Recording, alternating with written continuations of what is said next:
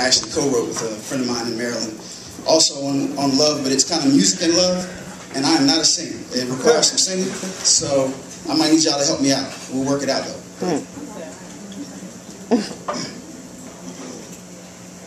I'm glad I had the opportunity to know what real music was. Remember when love songs didn't rhyme? But you didn't mind because the lyrics flowed together so seamlessly you just melted into the story?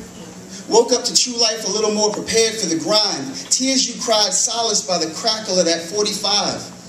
Survived heartbreak, corrected mistakes, and kept love alive. I mean, how many people remember the perseverance of Shirley Brown? When she had her talk, woman to woman. See, that's keeping your love locked down. You know what I mean? That's keeping your love locked down. And what about when Eddie Levert put aside the normal pride of manhood and admitted to everyone that late last night, he and his woman cried together. When Stevie Wonder said until Mother Nature says her work is through, that's how long his love would last, that inspired people to stay in love too. And I can still hear Bill Withers and his definition of a relationship.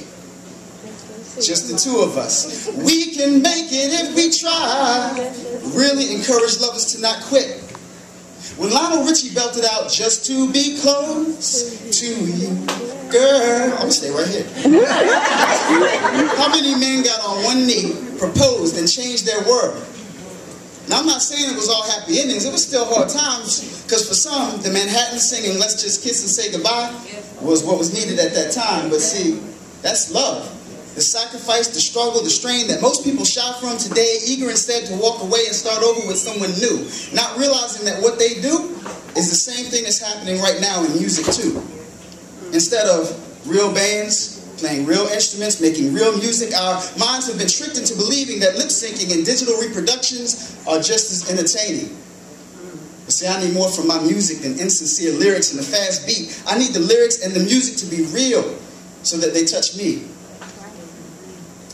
Sometimes I wonder why my mother stayed. But maybe it's because every Saturday morning while we cleaned, Al Green sang. Hearing love can make you do right. Love can make you do wrong. That was more than just a song. That was her life. And Dad wasn't perfect. But even when disputes required him to be away until his ego was at bay, I knew they still loved each other. Sure enough, he would be back just as soon as his heart was in tune with the comeback pleas of Marvin Gaye's Distant Lover. See, in my parents' day, Lenny Williams could take a simple statement like, "'Cause I love you." Make you want to be in love no matter the cost. Hold your woman close if you were in love, or cry if that love had been lost. Man, if you had a crush but didn't have a clue, you felt you weren't alone after you heard Patty declare, "If only you knew." And Bobby Caldwell understood what you won't do for love. You tried everything, but you won't give up.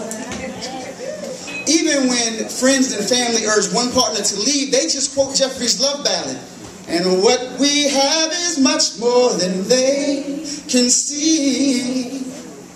There were difficult conversations about lost trust, and Champagne would tell them, some people were made for each other. Some people can love one another for life. How about us?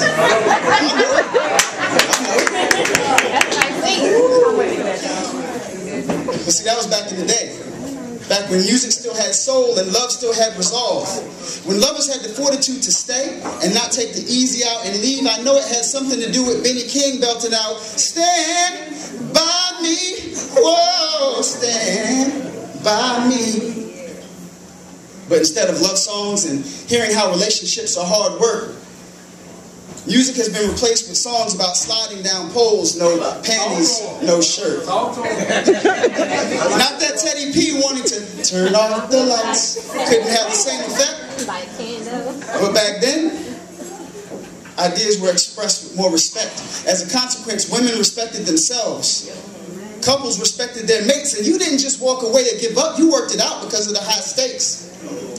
But when lovers are players, and music plays the game, both forfeiting substance for a quick and easy gain, then our profit and loss from music and love are both measured the same. Either our indifference over love has influenced the music to change, or music's reformation has caused love and effort to be estranged. And I can't even say for sure whether music influenced people, or people did as they wanted just because. All I'm saying is, I'm glad I had the opportunity to know what real music was.